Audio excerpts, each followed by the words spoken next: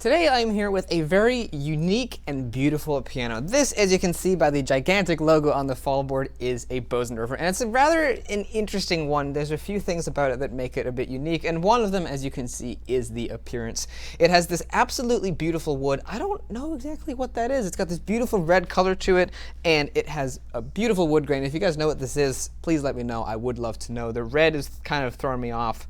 I don't think it's mahogany, but mahogany often has a red color to it, so I'm not sure exactly what the wood on this is, but it's beautiful whatever it is, and I absolutely love it. And as you can see, it's an art case model, so you have the beautiful music desk, you have all of the really fancy wood, you have interesting designs here on the side of the piano. The legs, which you might be able to see, are rounded instead of square like most pianos are, and it's absolutely beautiful. This piano actually comes from the early 1900s, and it's been completely restored, and they did an amazing job restoring it because it plays like a brand new piano, and it sounds like one too.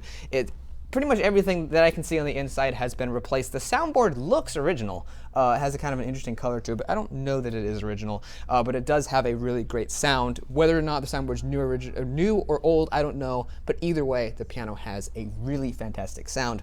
But before I get into playing it, there's a few things I wanted to mention that are unique about this piano, and one of those is the key slip here. The key slip is this little piece of wood here that on some pianos just pops right off. I think Steinway, you just lift it up and it comes right off. This I don't think does. But the key slip is this small piece of wood here, in this case it's very big, that comes off and allows you to slide the action out once you remove the cheek blocks and the fallboard. On most pianos this is a slim, small piece of wood, but not so with this Bosendorfer. I'll show you an above picture of it and you'll see just how absolutely massive it is. I've never seen a key slip that's this big before. It's really, really tall, it's really, really wide, and the front of the piano is a very long ways away from the tips of the keys. On most pianos there's maybe like an inch, maybe half an inch of distance from the very tip of the piano to the tips of the keys, but not so on this piano. It's much thicker, and it's kind of odd to sit down on this piano and play it, because that's probably the biggest thing that you notice about it, and also the interesting shape. I don't think anyone really does that shape, and if they do, it's not as pronounced as on here. It's not such a huge curve, so it is a bit kind of odd to sit down and play out this piano. Also, the fallboard seems a little bit shorter than usual. When you lower it, you can see how absolutely gorgeous that is. Look at that, it's amazing. The shape of it's really odd too. It slopes down, then it kind of bumps down, then there's a curve, and then it curves down again. It's really unique and also really pretty. It has a nice feel when you lift it up and down, and of course you have the gigantic Bosendorfer name on the front. Two more interesting things about the piano I showed you earlier, and I'll just talk about it a little bit again, is this music desk. Ever since I was little, I've always loved these ornate design music desks. I remember seeing Steinways with very similar shaped music desks, and this Bosendorfer has that too, and I absolutely love it. It's really pretty, you can see through. It's got the really cool like lyre design in the middle and all the ornate designs. It's really cool, but one unique feature about this is since this piano is actually old, it looks pretty new and quality-wise, but it's actually old, is we have these little candle thingies that can fold out, and back in the day before electricity was very widespread, you'd use candles to be able to see your music at night, or possibly in the day if you had a dark house, which is kind of dangerous and kind of crazy, but people would have put candles or maybe lanterns or something up here, and these swivel forwards to be able to project a little bit more light onto your sheet music to be able to see it. And while we don't really need these here anymore today, they are a kind of a cool feature. They make this piano very unique, and they really make it stand out from really any other new piano, or like new, because this looks and plays like new, piano out there, because no one else really has these. So they're a really unique little feature. They're a little bit useless now, but they do work fine, and they are just kind of cool, quirky, and unique. Just wanted to show you guys the inside of the piano here, because that is one of the most unique features. And there's one particular part about this piano that's really unique, and I'll show you that in a minute about the inside of this piano. But you can see here the traditional Bosendorfer kind of reddish, orangey, kind of salmon color. And on a black piano, I find this color to be a little bit off-putting. I don't mind it, I don't dislike it, but I do find it to be a little bit off-putting. But with this particular piano, I absolutely love it. I think it's the best pairing of colors you could probably possibly have, because the red tones in this really complement the red tones in the rest of the piano, and it really is beautiful. Of course, you have brand new strings, brand new felt, brand new everything, and it's really, really beautiful. One thing you'll notice here about the strings is that they're all individually hitched. This is a German thing. Well, Bosendorfer is Austrian, but it's a very European thing. Many companies in Germany and also Bosendorfer in Austria like to do this, and the reasoning for that is if you break a string, you only will break one string. But on most pianos, literally most other pianos, the one single piece of wire loops around a hitch pin and actually forms two strings. If you break a string, you can get unlucky and actually break two strings at once.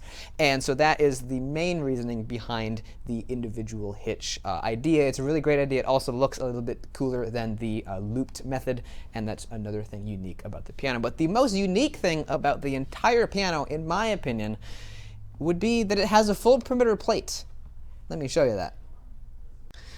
Now, the full perimeter plate is something that I've always thought that Mason & Hamlin was the only piano manufacturer who ever used a full perimeter plate. And their design is a little bit different from this, but as you can see, the plate, which is the metal piece here, it's called the plate, it's called the harp, I think there's a couple other names here, but it's this big, massive chunk of metal that holds the piano together and helps support it.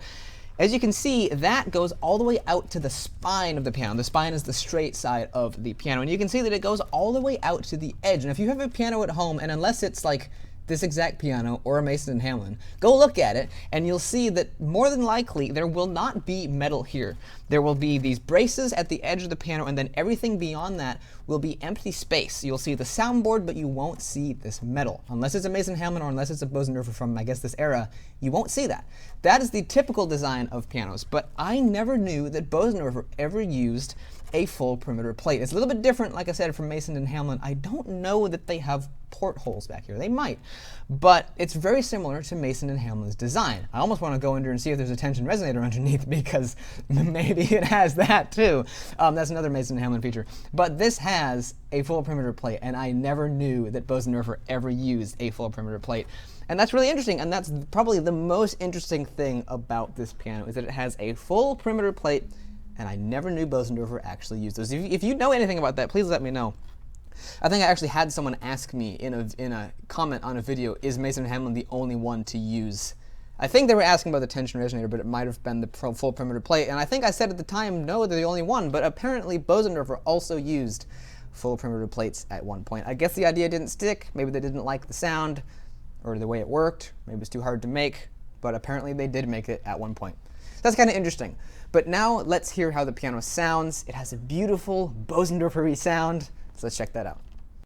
So let's hear what this piano sounds like. Let's play all the standard pieces that I always play on the piano, starting off with my original test piece that I wrote to test out pianos. Let's see how that sounds on this Bosendorfer 190 from the early 1900s.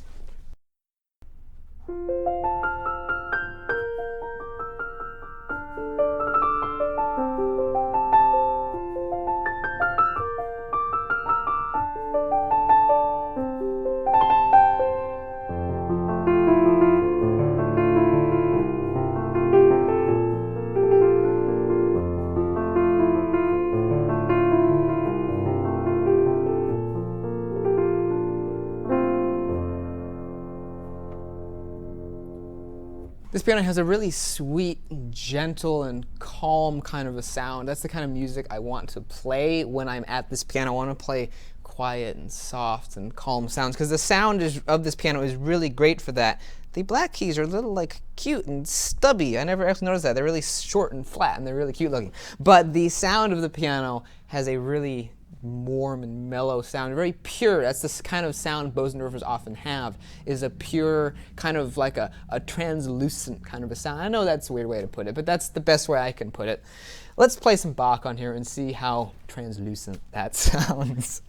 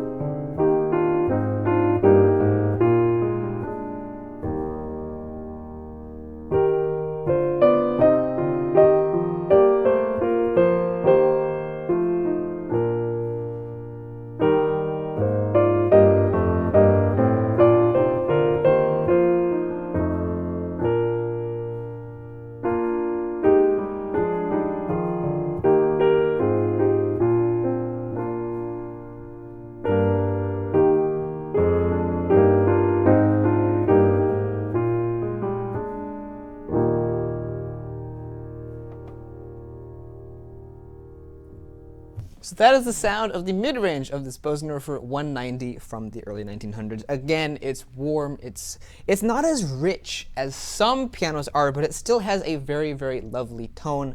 Like I said, I wouldn't use the word rich necessarily to describe it. It's not thin, it's not rich and really complex sounding. It's somewhere in the middle. It's very, very clean and very warm and really pleasing to listen to. So let's play a very pleasing song on this piano. Let's play Clair de Lune by Debussy. People seem to like it when I do that. So let's play the whole thing on this piano. Someone suggested I use that as a test piece in all my videos, and I'm sorry I forget who you were, but that was an amazing idea. It's such a good piece to play on these pianos. I've been about 2 months away from home, so I'm a little bit rusty, so I will have my sheet music up here on the music desk. Hopefully it doesn't bother you, but let's play Clair de Lune by Debussy and see how that sounds on this beautiful piano. It'll really test the resonance. It's a feature I love in pianos when you hold the pedal down and play a few notes in the treble and you can hear all the other strings sympathetically resonating. Let's see how well this piano does.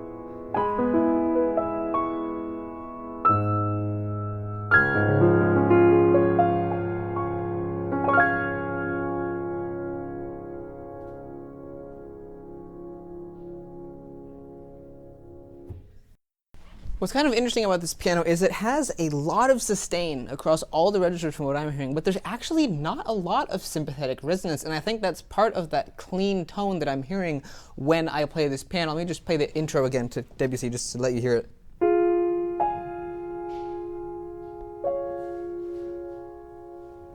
You don't hear a lot of other tones in there. Really what you hear are the notes that I played. And there is some sympathetic resonance, but not a whole lot, and that's kind of interesting.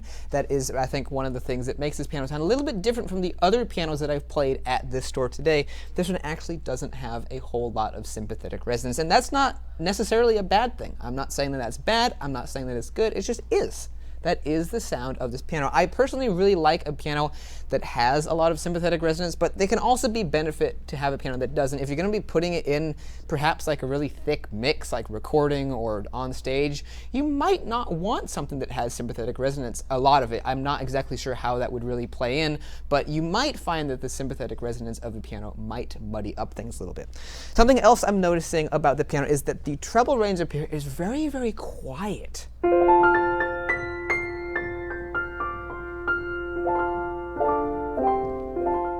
It's delicate and soft. A lot of pianos have a very bright, sparkly, powerful treble. This one here has good sustain. That's actually better than I thought it was going to be. It's just not very loud, and I find that kind of interesting. And one thing I wanted to mention, and this might even be like a whole video topic, but voicing a piano is something that you should usually do after the piano arrives in your home, because while the treble of this piano might be a little bit quiet in this environment, it's a very large room, if you put this piano in a small room, it might be just perfect. It might be exactly the volume of treble you need, and if you had made it brighter beforehand, then it might be too powerful and too annoying for your room. So that's something I wanted to mention, that while the treble at the moment seems to be a little bit quiet, it actually is kind of bright. It's just very quiet, and I did want to mention that this would be probably a good piano for a small home or a small room. It has a very soft, delicate, gentle sound. Like I said, I want to play soft and gentle and quiet music on it, because that's the music that really fits well, and all the pieces I played here did that. And so that is something else I wanted to mention about the piano, that the treble here is rather quiet. And also the action on this piano, there's a bit of like, it has a different feel. It doesn't quite feel like a Renner, and I wonder if at this time Bosendorfer was using, the action looks new, so it probably is a Renner, but just has a bit of a different feel than I'm used to. That could be because of these odd little black keys. You see what I mean there? They're kind of like square shaped and they're kind of short. A lot of times the black keys are a little bit taller than they are wide, but these ones here are a bit more square shaped, and they might have a little bit of a different feel than what I'm used to, because this action does have a bit of a different feel, like I just said, than what I'm used to. I think also the key dip is really deep as well. From the top of the keys where they rest to the very bottom, I think is very deep, and that's another thing that I'm feeling. That's not bad, but it is something that you do have to get used to. Every piano is going to feel a little bit different, and sometimes you will prefer the feel of one over another, and that is something that I'm noticing. I'm not saying that it's bad, again, but I do notice that the key dip and the action of this piano is a bit different than most others that I usually play. But hopefully you enjoyed this review of this interesting and beautiful Bosendorfer 190. It has an amazing sound, it has an amazing appearance, and also it's very unique because it has that full perimeter plate that I never knew Bosendorfer used. I hope you guys enjoyed this video, and if you did, you might want to go check out some of my other videos. I have lots of videos at the store, which is Kim's Pianos in Stanton, California. If you're in this area, I highly recommend you come by and visit, because he has an amazing selection of pianos, from uprights to baby grands to concert grands. He has a really huge selection of concert grands too, and all of them are really, really awesome. So if you're in this area, I highly recommend you come by. The people here are great, and the pianos are also great. So it's a really great combination, and I love visiting Kim's Pianos. They got awesome pianos like this. I've done other videos at their store as well, so if you want, you can go check out those videos. If you want, you might want to think about subscribing. If you liked this video, why don't you go ahead and give it a like, and if you do that, thank you very much, and I'll see you in the next video. Goodbye.